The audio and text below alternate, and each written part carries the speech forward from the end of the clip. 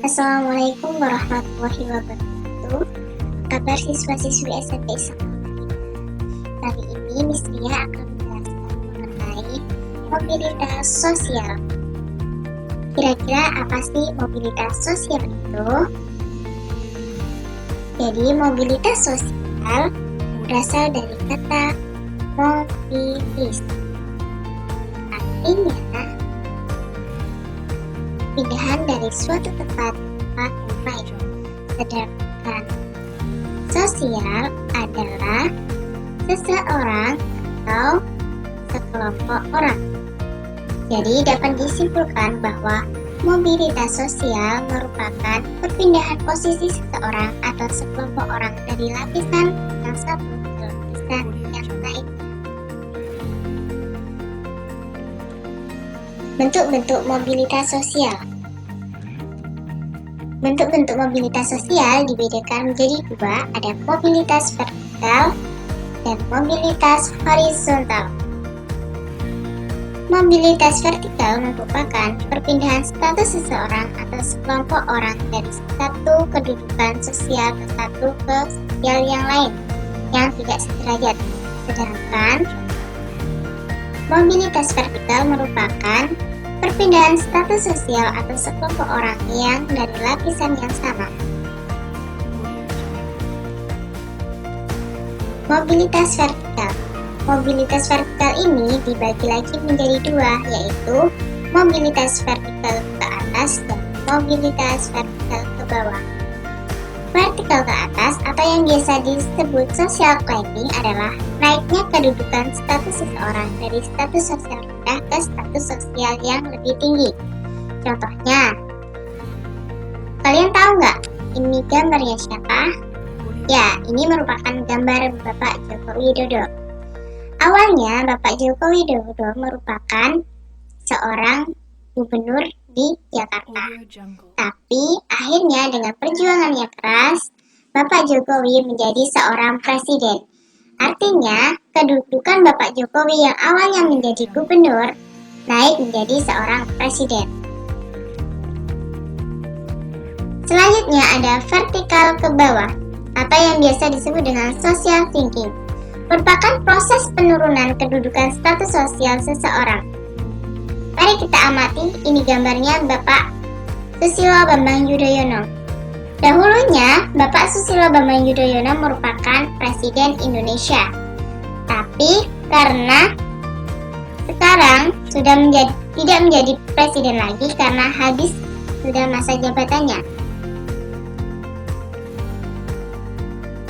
Mobilitas horizontal. Kalian tahu ini foto siapa? Ya, ini merupakan foto Putra Nababan. Siapa sih Putra Nababan itu? Putra Nababan adalah pembawa berita yang terkenal. Yang satu, Putra Nababan menjadi pembawa berita di sebuah stasiun RCTI dan yang satunya di stasiun Metro TV. Bertanya mengapa terjadi mobilitas sosial? Apakah mobilitas itu selalu terjadi dalam masyarakat? Untuk menjawab pertanyaan tersebut, kalian perlu mempelajari faktor-faktor apa saja yang menyebabkan terjadinya mobilitas sosial. Nah, faktor pendorong mobilitas sosial yang pertama ada faktor struktural. Pasti kalian tidak asing dengan Presiden dan Wakil Presiden Republik Indonesia. Dengan sistem demokrasi, setiap warga Indonesia dapat mencapai status sosial berupa jabatan politik yang tinggi. Kedudukan yang tinggi bukan lagi didasarkan pada keturunan, tapi pada kemampuan hingga kemudian dipercaya menjadi seorang pemimpin. Jadi rakyat biasa sebagai ketujuh tokoh di atas menjadi presiden bukan karena mereka keturunan presiden, tapi dipilih oleh rakyat secara langsung. Yang kedua ada faktor individu. Setiap individu memiliki perbedaan dalam hal sikap, pengetahuan, dan keterampilan. Hal ini disebabkan keberhasilan individu sangat ditentukan sikap dan perilaku individu tersebut. Sebagai contoh, ada dua orang sarjana dari perguruan tinggi yang sama-sama melamar pekerjaan di suatu perusahaan. Hanya satu orang yang diterima karena dianggap memiliki ambisi dan komitmen dalam hidup.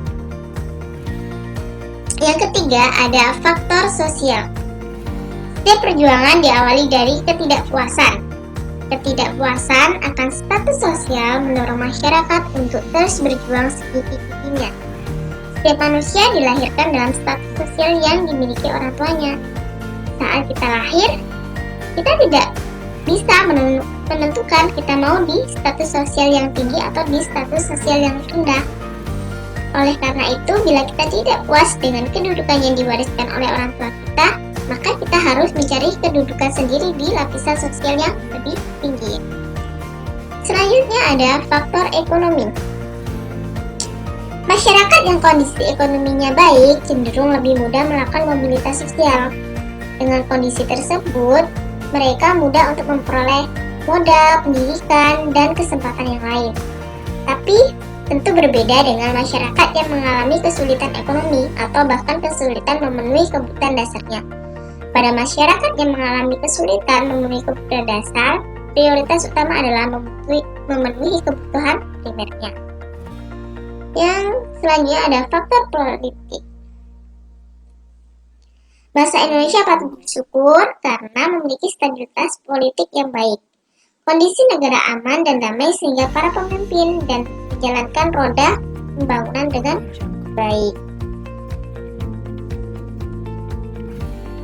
Yang terakhir ada kemudahan akses pendidikan.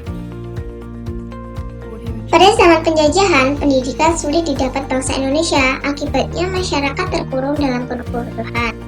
Tapi patutlah kita bersyukur saat ini rakyat Indonesia memiliki kesempatan yang sama dalam mengakses pendidikan. Untuk pendidikan SD dan SMP, negara telah membebaskan biaya dasar pendidikan. Tapi bagaimana dengan pendidikan di perguruan tinggi? Selain sebagai beasiswa yang diberikan kepada mahasiswa berprestasi dan mahasiswa miskin selama menempuh pendidikan, pemerintah juga menyediakan beasiswa yang diberikan pada saat mahasiswa mendaftar di sebuah perguruan tinggi. Jadi ya kalian kalau ingin masuk ke perguruan tinggi tapi tidak mempunyai biaya, jangan khawatir. Pemerintah sudah menyediakan beasiswa-beasiswa bagi rakyat yang kurang mampu.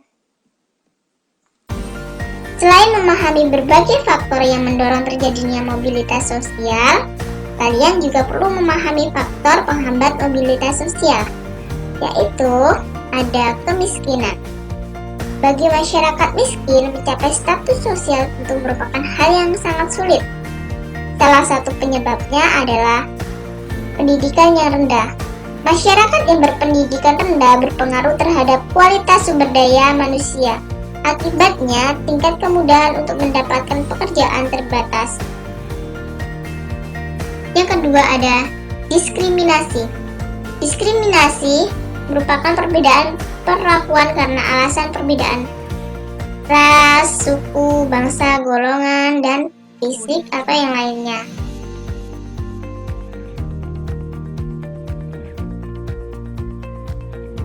Saluran mobilitas sosial. Kalian tentu berpikir bagaimana sih caranya agar mobilitas sosial itu terjadi? Setiap orang dapat mewujudkan mobilitas sosial di lingkungan atau instansi tempat ia bekerja atau bekerja.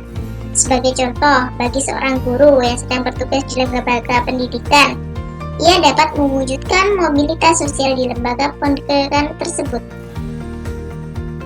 Nah, salurannya merupakan ada pendidikan. Pendidikan merupakan saluran bagi mobilitas vertikal yang sering digunakan karena melalui pendidikan orang dapat mengubah statusnya. Pendidikan yang memberikan kesempatan dan setiap orang dapat menduduki.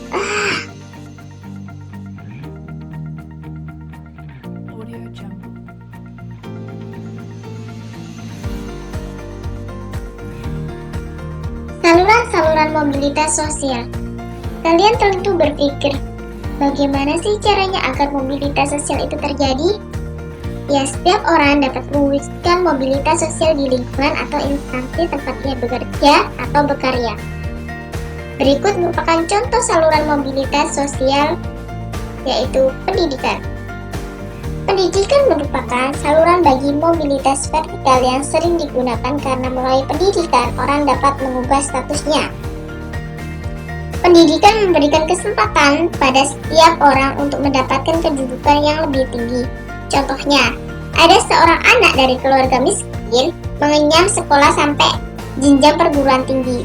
Setelah lulus, ia memiliki pengetahuan dagang dan menggunakan pengetahuannya itu untuk berusaha.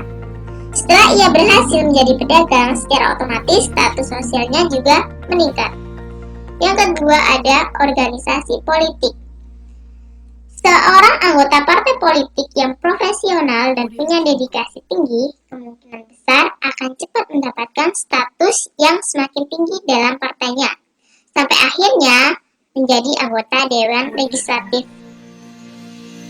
Yang ketiga ada organisasi ekonomi. Organisasi yang bergerak itu diantaranya perusahaan atau jasa umumnya memberikan kesempatan seluas-luasnya bagi seseorang untuk mencapai mobilitas vertikal. Organisasi ekonomi itu yaitu koperasi dan badan usaha. Organisasi profesi. Bagaimana sih organisasi profesi dapat menjadi sarana saluran mobilitas vertikal? Ya, karena organisasi profesi merupakan himpunan orang yang memiliki profesi yang sama sehingga mereka akan lebih kompak dan kuat memperjuangkan profesinya. Sebagai contoh, seorang guru memiliki organisasi yang bernama Persatuan Guru Republik Indonesia atau PGRI. Merupakan salah satu sarana perjuangan para guru dalam bidang pendidikan dan kesejahteraan guru. Selain memperjuangkan pendidikan di Indonesia, PGRI juga memperjuangkan meningkatkan kesejahteraan guru. Perjuangan PGRI tentu diperhatikan oleh pemerintah Indonesia sehingga kesejahteraan guru di Indonesia terus mengalami peningkatan.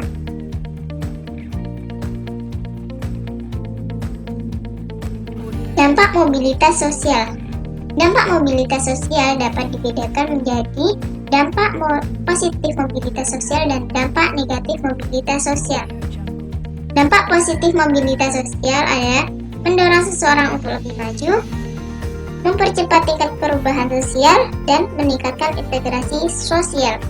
Sedangkan dampak negatif mobilitas sosial yaitu terjadinya konflik dan gangguan psikologis. Gangguan psikologis di sini artinya jika seseorang yang memiliki jabatan kadang khawatir kehilangan jabatannya. Bahkan pada saat jabatannya sudah dilepas, ia tidak rela melepaskan jabatan tersebut. Akhirnya banyak orang yang mengalami kegelisahan, sehingga akan membahayakan dirinya karena stres yang berkepanjangan akan melahirkan berbagai penyakit psikis dan fisik lainnya. Ya, itu tadi penjelasan dari Miss Ria. Sekarang Miss Ria akan memberi tugas untuk kalian. Carilah biografi orang sukses di perpustakaan sekolah, internet, atau media lainnya. Kemudian, kalian baca buku tersebut dan kerjakan soal di bawah ini. Yang pertama ada siapa orang sukses yang kalian baca? Contohnya, Presiden Joko Widodo. Bagaimana cerita orang tersebut sebelum sukses? Diceritakan, oh jadi Bapak Presiden Joko Widodo sebelum menjadi presiden, beliau menjadi seorang pengusaha, berjualan. Habis itu menjadi seorang gubernur. Habis menjadi seorang gubernur, baru beliau menjadi seorang presiden. Terus yang ketiga, bagaimana usaha orang tersebut untuk sukses? Mungkin belajar hingga tinggi, terus berdoa, ridho orang tua, dan lain sebagainya. Apakah orang tersebut dalam berusaha selalu berhasil atau pernah mengalami kegagalan?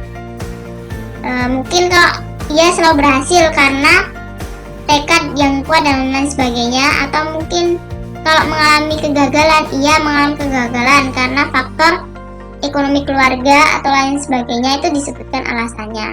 Terus yang terakhir adalah bagaimana hambatan orang tersebut untuk menjadi sukses.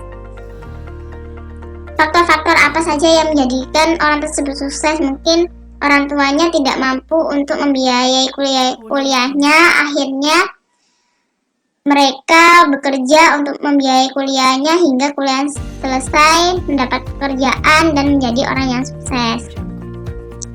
Demikian tugas dari Mistria, dan apa yang Mistria sampaikan semoga bermanfaat buat kalian semua. Wassalamualaikum warahmatullahi wabarakatuh.